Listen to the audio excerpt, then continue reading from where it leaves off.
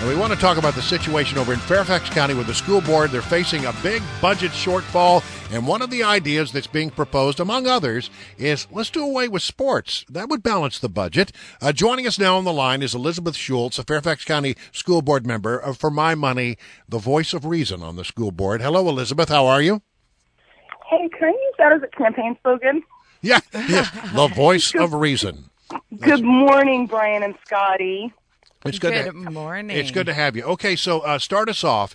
Tell us what's going on here. I mean, are they seriously talking about doing away with sports in Fairfax County schools, or is this just a way to grab everybody's attention and make people get panicked?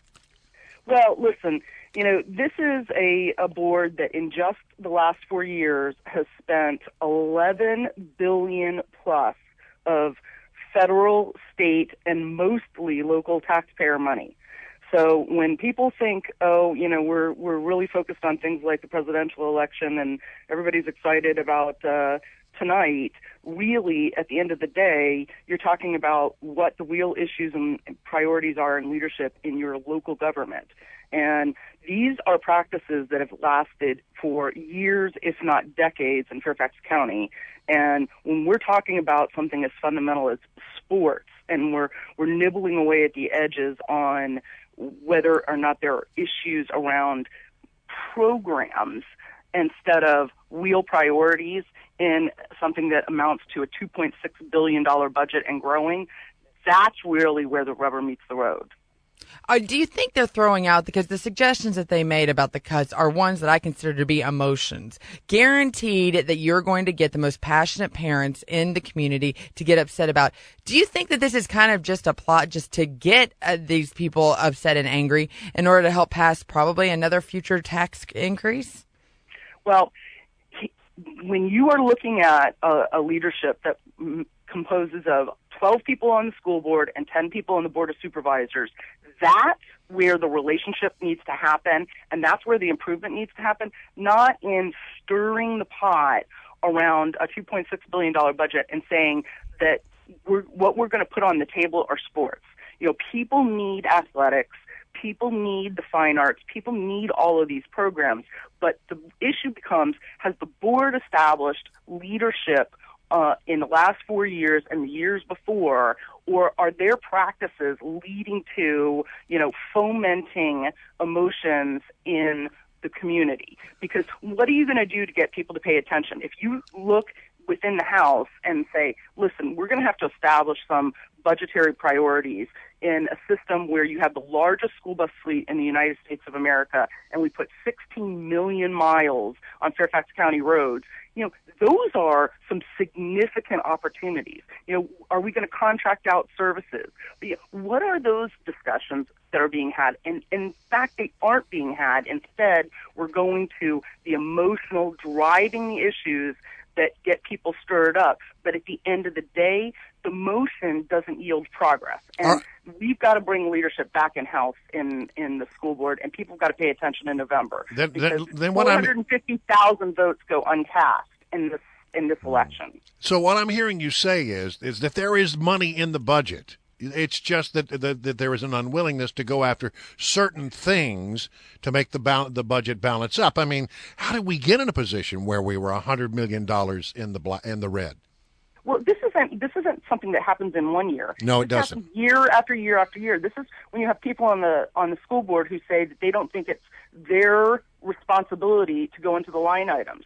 This is where you have people who say, I'm not going to establish the priorities. It's the superintendent's job. It's not the superintendent's job. The superintendent is our employee of the school board, and we are employees of the people. And once the organization chart gets back in place and we do the work of the people instead of just relenting and rubber stamping something that comes from staff, I think we're going to be a lot better off. And we've seriously got to improve the relationship with the Board of Supervisors. Elizabeth, let me ask you this, and I'm sure you don't know this memorized, or maybe you do. How many pages is your school budget when it's printed out? Roughly about 450. Wow. 450 to 400 to 480. But that's not even the program budget. The real budget is back behind it, which are many hundreds of pages longer than that. And you mentioned that you have some school board people who believe it's not their job to line on, which I'm like you. That is what you're paid, $42,000 a year, which is a lot more than most school boards make. My question for you. We're only 20 now. And by the way, in this last budget cycle, I put 2 amendments on to throw the school board salary raise back on the pile to try to give teachers more of a raise that we had already promised. And once again, my colleagues on the school board said no to that. We have got to get back to the priorities of rolling up our sleeves in-house first and working on the priorities first to represent, 1.1 million people with a $2.6 billion budget. And, oh, by the way, that doesn't count all the capital needs on top of it. This is a lot of money, and very few people vote. So November 3rd, people have got to pay attention. Do not let your vote go uncast. There's 450,000 plus votes in this election season that go uncast in this off-off election for school boards. The bottom of the ballot is very important. Is in Fairfax County, are the school system, is it manager heavy?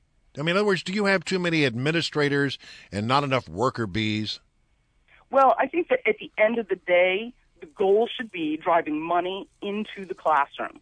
We have got to spend money in the classroom and not the histrionics of nibbling away at the edges of things like athletics. The question is, what are the priorities of the school board? Are we driving money towards student achievement, period? And if we're not doing that, then it's no longer a priority. Nothing can be a sacred cow. We're 88% personnel, but the question is, what are those personnel doing? And that is the work of the board, and I think that we continue to kick the can down the road, and that has got to come to a screeching halt. I've tried for 4 years to get this board to pay attention to this, and now, the truth has come, glaringly, and we can no longer avoid the reality that this board has got to come to some serious priorities. Well, let me bring it back to the very beginning and how we started this whole thing. True or false, aren't sports programs, on the majority of them, the majority of the budget, supposed to be self-funding and not part of your operational budget? Isn't that something that, we have all these fundraisers, every team fundraises to help pay. Yes, there are some money that comes in from the schools, but the majority of these. So basically, isn't this kind of an empty threat that they're doing in regards to the sports programming? Well, there's always going to be a cost to the school system, certainly But it's minuscule athletics. Compared to how much. There's $100 million that comes from boosters, from the hard work of parents and volunteers and businesses in the community that is unappropriated monies from the school board. So that's on top of the $2.6 billion.